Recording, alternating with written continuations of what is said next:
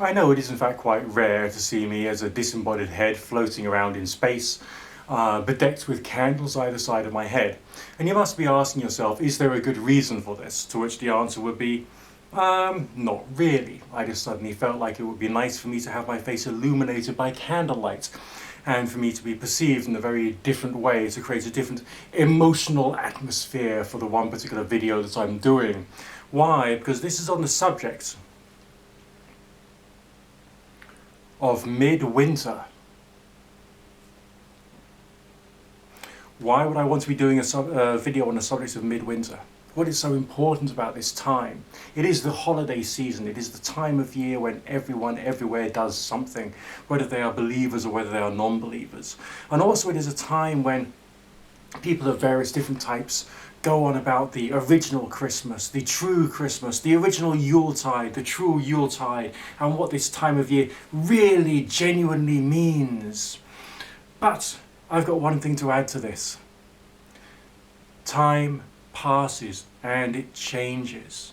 And what we're in now is in a world whereby there is this one major massive Western world festival which everyone can participate in it. We got people who are Muslims and Jewish and Christian and pagan, all of them doing this thing. And oh yeah, there's some people who are saying like, oh well, the Christmas thing was originally pagan, therefore something. So what? It is a thing which humans do. We find times of year to get together. We find excuses for parties. We find excuses to create communities. And we find ways of building things together. What we're seeing in this whole Christmas festival is in fact a pure and perfect expression of humanity doing what humanity does best. Art, music, light, the exchange of gifts, the exchange of time, the sacrifice of your time for other people. This is what humans really do.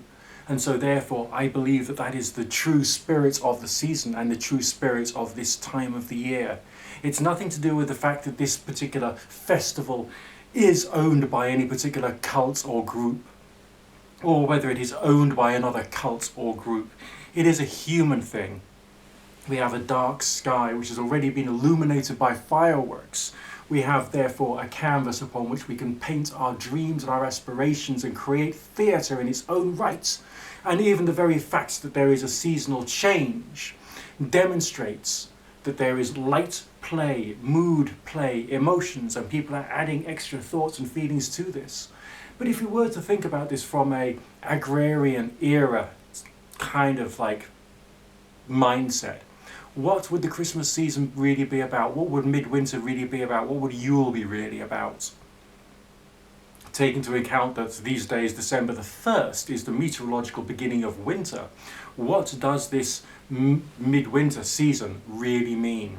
It's going to get cold. Not everyone is going to have the fuel that they need to keep warm. Some people who are infirm or elderly will die. It's a frightening time of year. So of course you're going to have a whopping great time full of celebration and feasting and exchange of gifts and music and art and poetry and life, just to bring some positivity back. And this whole thing about the symbolism of the evergreen trees and the holly and the ivy. Let's think about it. In the ancient times before real modern medicine really kicked off and people were getting colds and flus and viruses and dying of flus and all sorts of things everywhere, you were probably walking around perpetually in a state of fever in those days. Your mind's not really with it. Your emotions destroyed. Depression, despair being around you. And on top of that, there's not much daylight out there. And it's terrible. It's going to get colder and things are going to get really, really bad. So what are we going to do about it? Have a celebration. Have a party. Get together with the tribe, the family, the relatives, the friends, and the annoying little cat who meows whenever I'm making a video. Alright? And just have fun. That's the real meaning of Christmas. That's the real meaning as far as I'm concerned of what this time of year is about. You can worry about whether the tree has the right symbols for your culture in it or not. You can care whether the mythology you're listening to comes from one book or another, or whether it's from an oral tradition, if you want. But these things are minor, minuscule, futile. It is the people that matter. There was a song by a group called The Longest Johns, and it's called Ashes. I've been listening to it a lot recently. And it speaks about the hope for the future being like a fire. And some people, they revere the ashes, and some people revere the fire and want to kindle the flame. What do you want to do this time of the year? Speak to you in a bit.